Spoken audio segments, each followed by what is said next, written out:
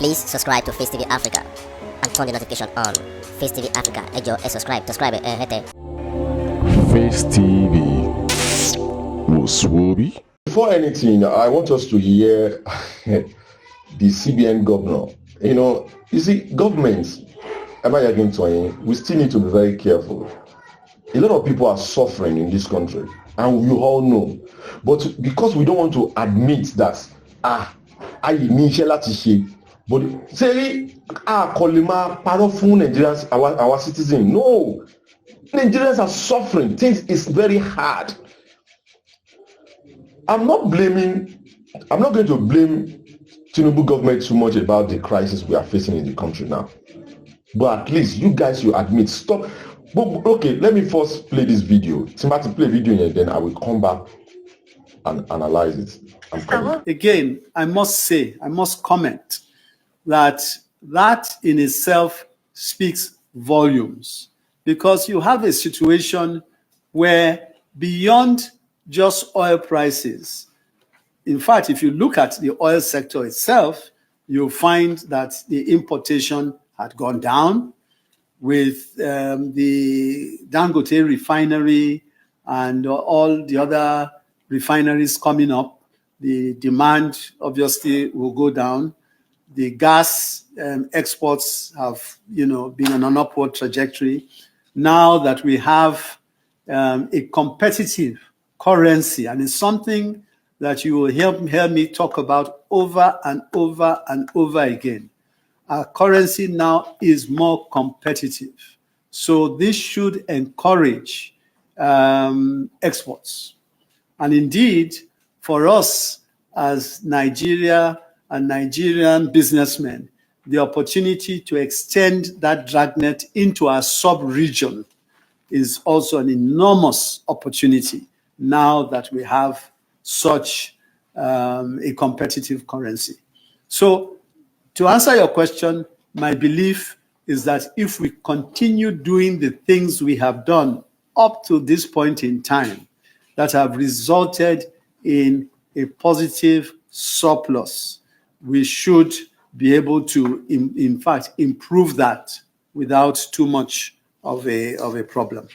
Mr. Governor, you see, you can't say that our currency is competitive. To me, I'm not going to buy to that idea.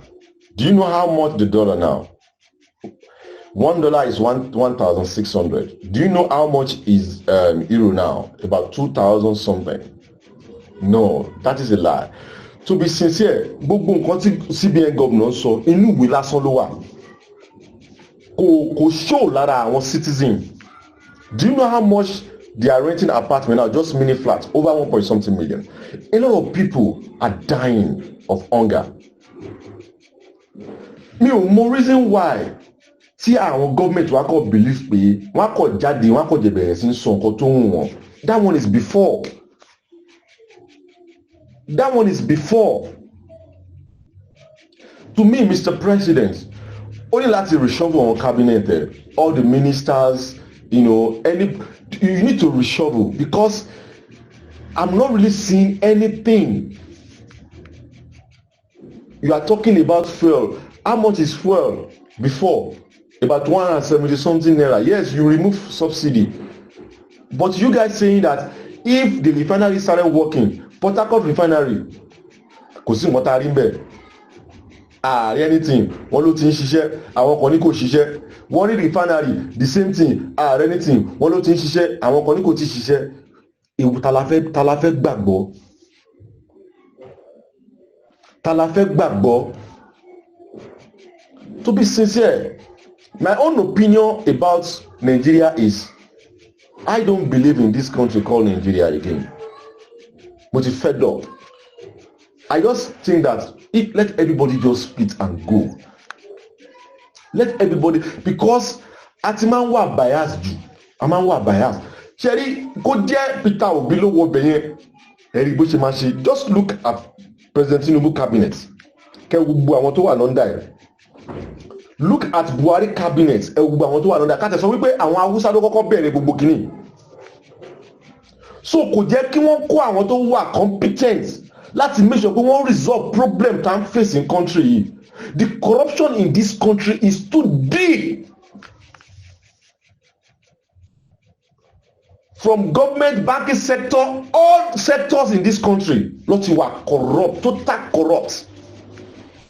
Tó bá fi lè fún ẹ ní organisation kan àbí ó fún ẹ ní kíni kan máa manage ẹ bó ṣe máa corrupt system yẹn ni wọ́n wá. The system is very bad. See, if we still think that we are going to achieve anything called Nigeria, I don't think so. I'm not saying that you should not believe in yourself, but just fight for yourself and your family. See what the CBN governor is saying. Our currency is competitive. Kí ló kọ́ competitive nínú nǹkan tá à ń sọ yìí? Gbogbo nǹkan láti nǹkan tó bá ń tà ní 100 naira ó skyrocket lọ sí bóyá bí 300 sí 400 ni. All this thing is just on paper. Who are realistic? We should stop deceiving ourselves. Nigerians are suffering. Poverty rates are high ni. And very soon now, Mr. President á pé 2 years lórí oyè. Wọ́n máa fún wa ní propaganda, false information, this, that. A máa gbára sí wa. That was then. Everybody kàn joke, wọ́n kàn rò pé kò sí nǹkan táwọn fẹ́ ṣe. But if we still believe that somebody will come and resolve this country, the problem of this country, we are lying. I'm not able to give up lórí country. The only is country tèmi inú ilé mi nìkan kí n wo bí ṣe bó ṣe máa dá. That is just it, and that is how a lot of people are doing. Kò sí nǹkan tí government ṣe tó work. Gbogbo àwọn owó tí gọ́ọ̀mẹ̀ntì láwọn kólẹ̀ wọ́n fẹ́ fi máa help àwọn aráàlú láti lè caution gbogbo àwọn problem tó wà ní country tí wọ́n náà ń pín wọ́n ṣe gbé ẹ̀rọ bó ṣe gba èèyàn mélòó lè sọ pé òun gba grant kan báyìí. I know a guy tó jẹ́ pé Brazil ló wà ó jẹ́ wá sí Nàìjíríà ó wá bá àwọn family ẹ̀ wọ́n jọ ṣe nǹkan ní time COVID-19 kó jẹ́ tó padà ó ti bá close to 200,000 nínú account ẹ̀ kò ń ṣe ọmọ Brazil o ó lọ ṣiṣẹ́ ń bẹ̀ ni o. Ó jẹ́ ṣiṣẹ́ bó ṣe máa jọmọ nílùú bẹ́ẹ̀ ó jẹ́ wá sí Nàìjíríà wá bá àwọn family ẹ̀ kó jẹ́ tó padà ó ti bá 200,000 nínú account ẹ̀. Ọmọ tó kì í ṣe ọmọ Brazil kò fight fún un mọ population Brazil ni wọ́n yẹ ti sọ wípé economy Brazil náà ti crash and they still care about their citizens. But in this country our leaders they don't only care about their family and their friends. How they can anybody, and don't let me deceive you, corruption yẹn ti deep sára everybody. Kò sí èèyàn tó máa dé position Nàìjíríà tá à ń sọ ń sìn lọ́wọ́lọ́wọ́ báyìí tó ò ní sọ wípé kóun sáré kó tóun jẹ ti family ẹ̀ torí mentality yẹn ti wà lórí everybody. Nǹkan tó everybody wà lórí ẹ̀ pé tí n bá ti débẹ̀ tí mo sáré kó tèmi jẹ kí n lè fi stop poverty ní family mi. That is it. And we have to stop it.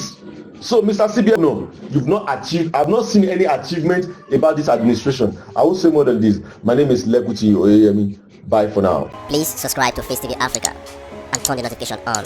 Face TV Africa, subscribe, Face TV was Swoby.